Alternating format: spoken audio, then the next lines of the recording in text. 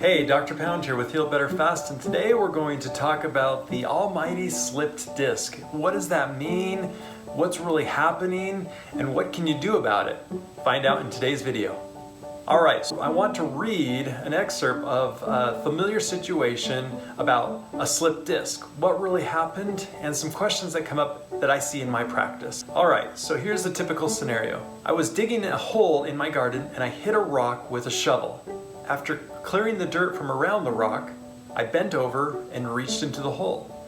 I couldn't get a good grip on the rock and had to twist my body to get my arm under it. As I started to move the rock, I felt something give out in my lower back and I felt immediately low back pain. But it wasn't terrible.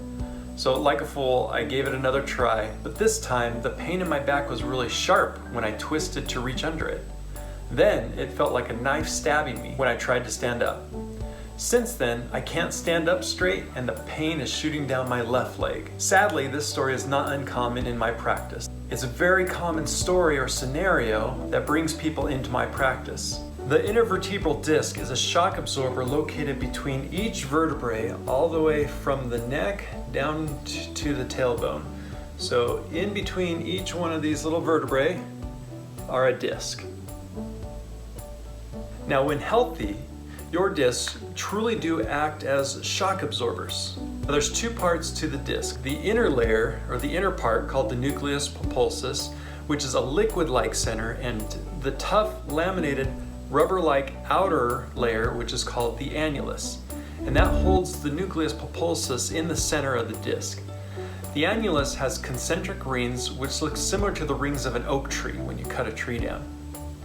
And the strength of these laminated rings is due to the fibers crossing, creating a self-sealing, secure border for the nucleus center. Now, in spite of this great anatomical structure, our discs degenerate and can crack or tear, as you can see here, allowing more of that liquid-like nucleus to leak out of the annulus, creating the classic slip disc, technically referred to as a herniated or ruptured disc. When the herniated disc presses into the nerve that goes down the leg, and you can see here, this is one of the nerves that go down the leg. When this leaks out and presses against the nerve, pain is felt along the course of the nerve and can radiate all the way down to the foot. Now there are 5 vertebrae, 1, 2, 3, 4, 5, and each of them have correlating discs with a pair of nerves, so the nerves go down each side. One go out this side and one go out this side. So 1, 2, 3, 4, 5. Pairs of nerves that go into each leg, and depending on which disc ruptures, pain will follow a different course down the leg, depending on which nerve is irritated.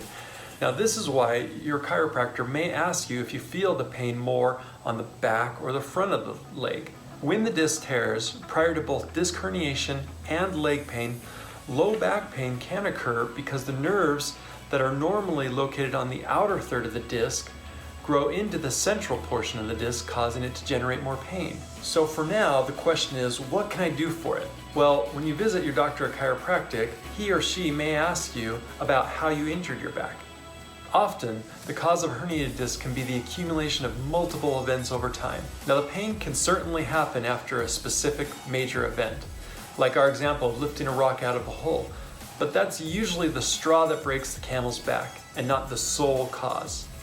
Many researchers report that it's rare for a healthy disc just to herniate. Rather, disc degeneration with tears already present sets up the situation where a bend plus a twist finishes the job. Now, a good orthopedic and neurologic examination will clearly identify the level of herniation, and chiropractic treatment for sure can be incorporated into overall rehab for a disc injury.